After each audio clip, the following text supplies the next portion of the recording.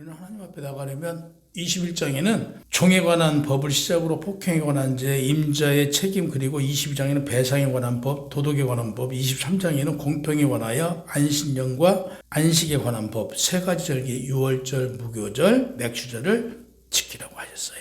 그래서 오늘은 24장, 시내산에서 하나님께서 백성들에게 새로운 언약을 세워주셨어요. 1절에 보면 하나님께서 모세에게 너는 아론과 두 아들 나답과 아비후와 이스라엘 장로 70명과 함께 산으로 올라와 멀리서 경배하게 했어요. 하나님께서 모세에게 말씀하시기를 너는 원문에 그 모세를 가르쳐요. 너는 아타라는 단어인데 모세와 아론이 하나라는 의미예요.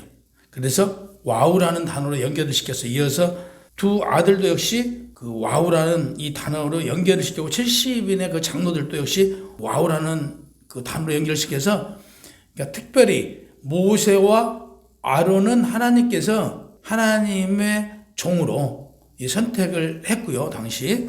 그리고 그 두 아들은 아론의 아들이에요. 그러면 아론이 차기의 대제사장의 역할을 하는데 그 두 아들도 그 대제사장의 역할을 이어받을 아들들이겠죠. 그래서 그들도 이렇게 하나로 또 70인의 장로들도 역시 훗날 그 장로들이 이스라엘을 이끌어가는 그런 그래서 하나로 연결시켰다.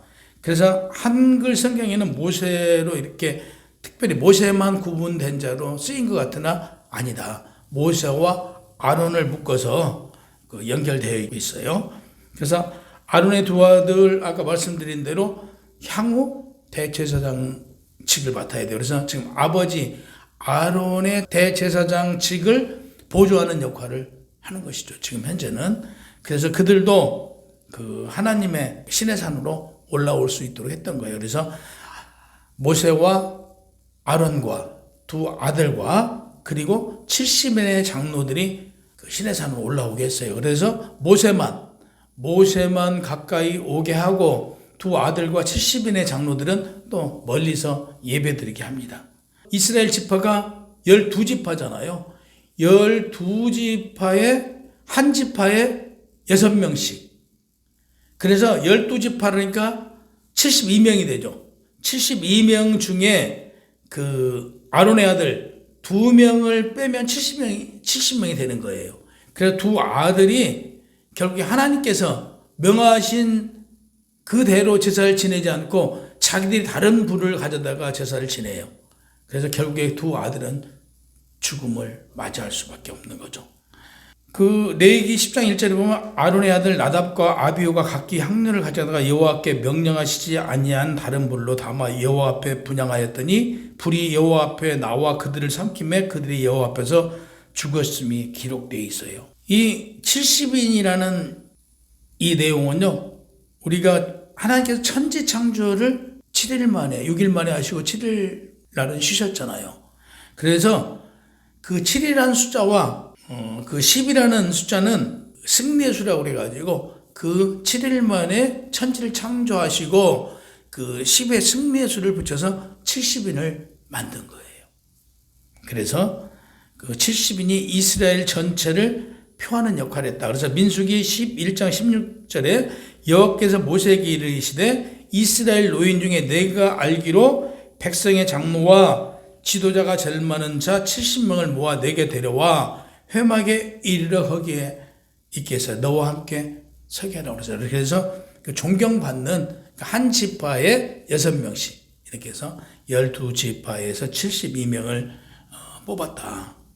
하나님의 그 넓은 사랑이에요. 한 지파 6명씩을. 그래서 아름다운 마음이 반영된 것이다. 라고. 2절, 너 모세만 하나님께 가까이 나오라고 명령해요. 너 모세만. 그리고 나머지는 멀리서 기도드리게 하고 예배드리게 해요. 그래서 이 시내산에도 일반 백성들이 올라갔던 건 아니잖아요. 그 아론의 두 아들과 70인의 장로들만. 그분들만 올라오게 나머지들은 그 시내산에 올라오지 못하고 밑에서 예배드리게 한 거예요. 그래서 오늘날 우리 교회가 정말 문턱이 낮아진 거죠. 실질적으로 그 초대교회 때, 중세교회 때도 마찬가지예요. 세례받지 않는 사람들은 교회 안에 들어와도 저 뒤에 있었죠. 그리고 성찬식 때는 또 역시 나가게 했잖아요. 그래서 밖에서 들어오지도 못하게 하고 그랬었죠. 근데 지금 교회 분턱이 많이 낮아진 거죠. 그래서 2절 후반절에 보면 일반 백성은 함께 올라오지 말라고 명령하셨어요. 아론의 두 아들 나답과 아비후아도 가까이 나오지 말라라고 그 율례를 주셨어요. 그러니까 모세가 하나님께 갈 수 있었던 것은 하나님으로부터 모세는 이스라엘 백성의 지도자로 세움을 받았기 때문에 하나님 앞에 나갈 수 있었던 거죠. 오늘날로 말하면 모세는 하나님의 영적 이스라엘 백성들을 이끄는 지도자로서 하나님과 백성들 사이의 중보자예요. 그러면 오늘날 중보자는 예수 그리스도잖아요. 예수 그리스도의 예표다. 모세가 이렇게 말씀드릴 수 있어요. 그래서 디모데전서 2장 6절 그가 모든 사람을 위하여 자기를 대속물로 주셨으니 기약에 이르러 주신 증거니라라고 예수 그리스도를 말하잖아요. 역시 모세도 영적 이스라엘 백성들, 우리 영적 이스라엘 백성과 하나님과의 중보자의 역할을 감당했던 분이다라고 우리가 알고 계시면 돼요. 모세만 하나님의 계신 곳으로 오게 한 것은 하나님의 차별적인 사랑이 아니에요. 하나님께서는 우리에게 똑같은 사랑을 주시는데 직위는 다르잖아요. 역할은 다르잖아요. 그래서 그 모세는 하나님의 지도자로 세웠기 때문에 오게 했지만 그 밑에 있는 백성들이나 70인의 장로들이나 아론의 두 아들이나 하나님께 주신 사랑은 똑같아요. 모든 하나님의 자녀들에게는 하나님께서 베풀어 주신 사랑은 같은 사랑이다. 3절 모세가 하나님의 모든 말씀과 모든 율례를 백성들에게 전하며 그들이 한 소리로 응답하여 이르되 하나님께서 말씀하신 모든 것을 이스라엘 백성들이 준행하겠다고 합니다. 4절 모세는 하나님의 모든 말씀을 기록하고 이른 아침에 일어나 산 아래 제단을 쌓고 이스라엘 12지파대로 12기둥을 세웠다고 그래요. 그 12기둥은요 고대 근동사회에 있어서 두 사람 이상이 어떤 약속을 하고 언약을 하면 그걸 증거하기 위해서 돌기둥을 세웠던 것이에요. 그래서 어떤 계약 관계를 나타내는 법적인 증거인 거죠. 그래서 여기도 보면 12기둥을 세웠다라고 기록되어 있잖아요.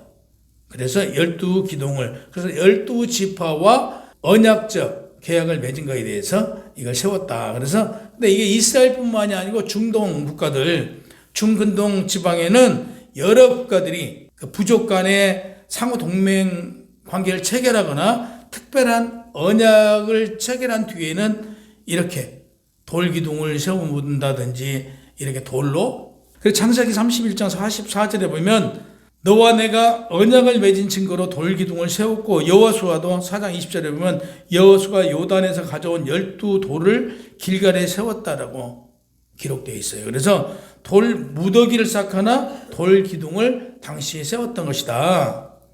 그래서 시내산 언약은 이스라엘의 특별한 민족에 선택받은 그 태동의 기초입니다. 그래서 이때부터 하나님으로부터 특별한 언약을 받은 거잖아요.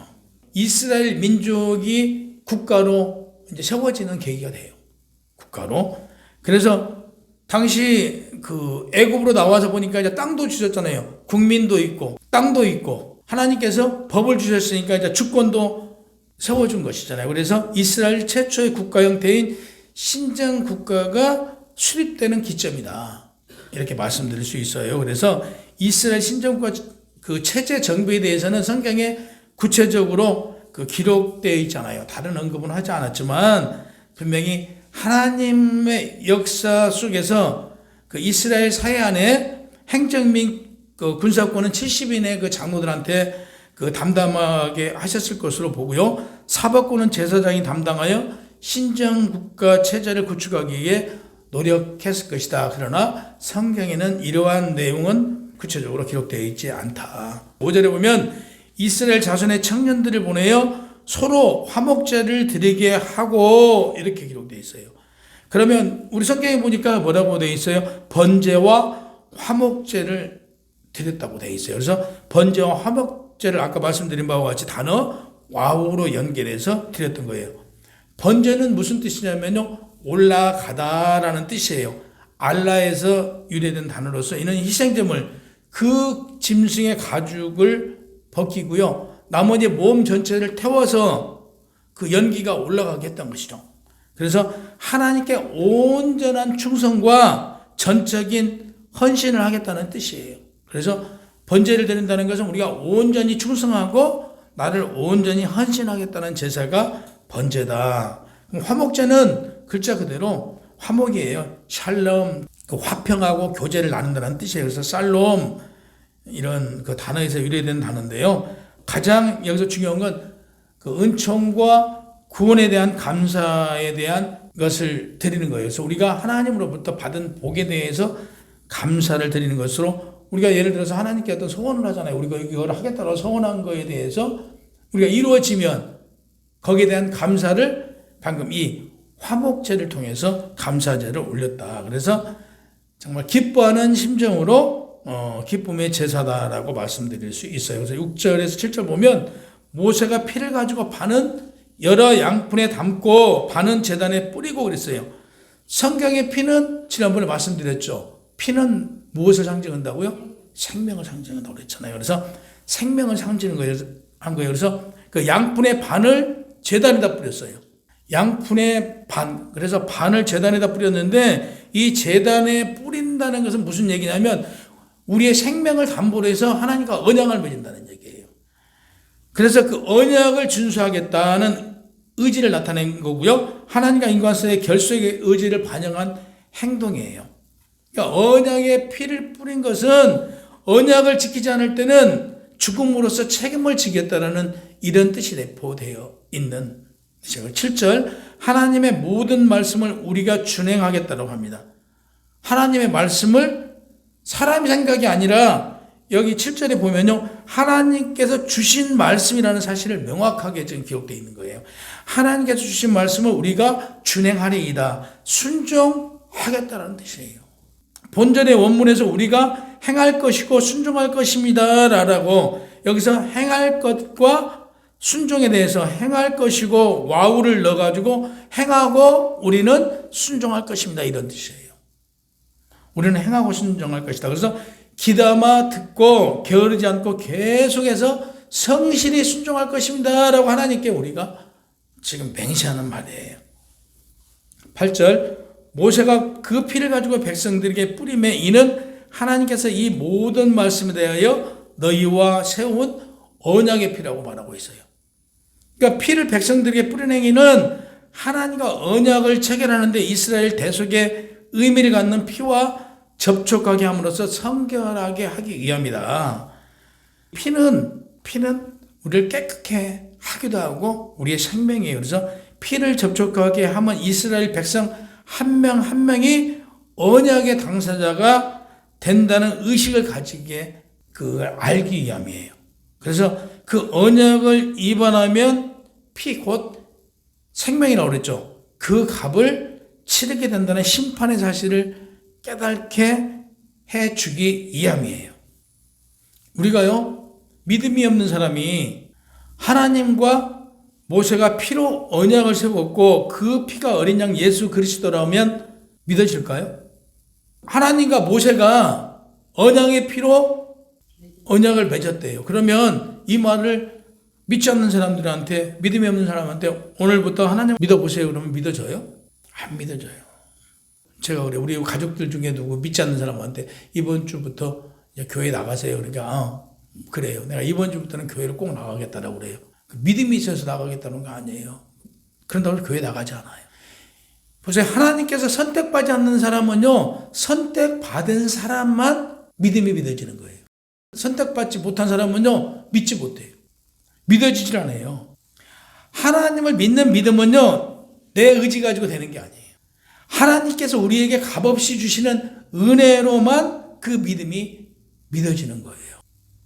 그러니까 하나님의 은혜가 우리에게 임하지 않으면요, 하나님의 믿는 믿음이 전혀 생길 수가 없어요. 최 집사님이 교회 나오신 거 내가 믿음이 생겨서 나왔다? 절대 아니에요. 하나님께서 그 믿음을 이미 주셨기 때문에 그 믿음이 믿을 수 있는 거고 교회 나올 수 있는 거예요. 한번 보세요. 나도 한번 놓고 보세요. 우리 개인을 놓고 보세요. 내가 하나님을 믿고 싶어서 믿었는가 한번 보세요. 아니에요. 하나님께서 우리 심령 속에 믿음을 주셨단 말이에요. 그래서 믿음이 생겼고 교회에 나올 수 있었던 거예요.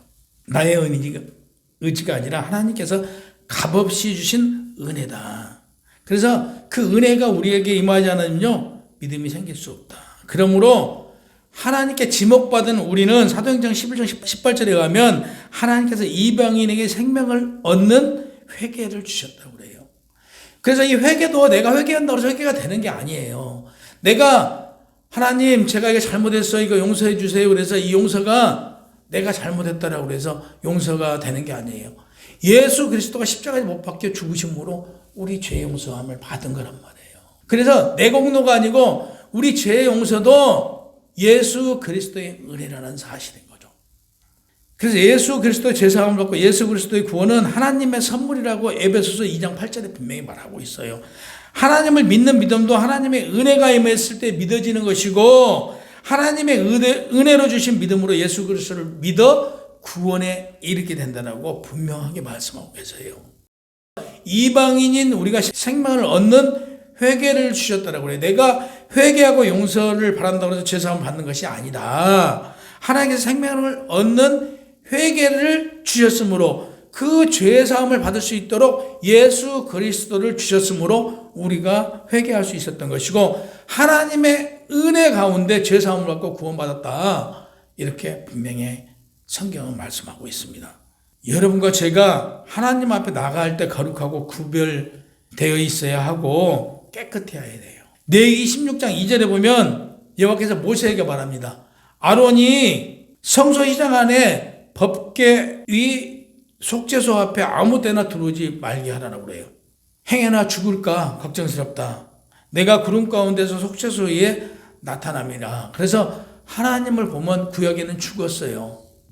교회에서 오늘날 보세요. 우리가 이렇게 편하게 예배드릴 수 있잖아요. 하나님하고 부를 수 있고 오늘날 교회도 마찬가지예요. 영적으로 거룩하지 않고 깨끗하지 않으면 안 돼요. 하나님 앞에 나아갈 때는 하나님을 뵙고 은혜 받는다는 기쁜 마음으로 나와야 은혜가 돼요.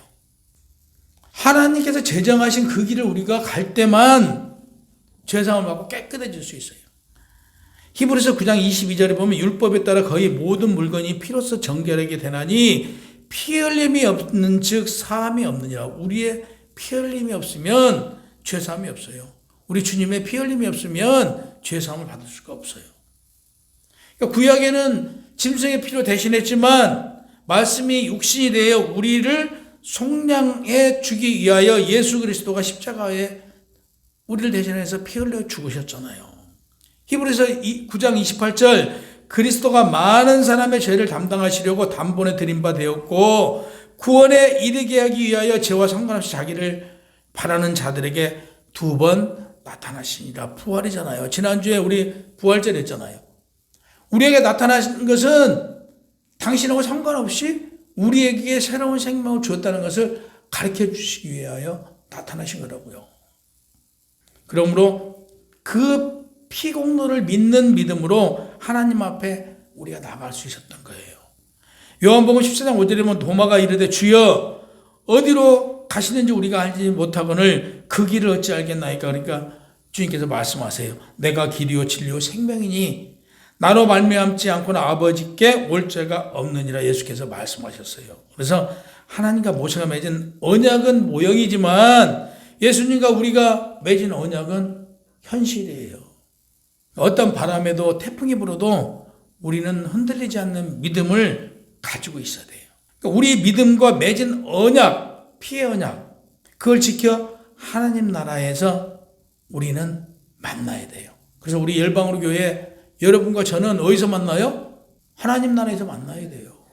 하나님과 모세가 언약을 맺었던 우리는 예수 그리스도와 언약을 맺었어요. 그 언약을 맺은 그 언약을 지켜 실천해 나가야 돼요.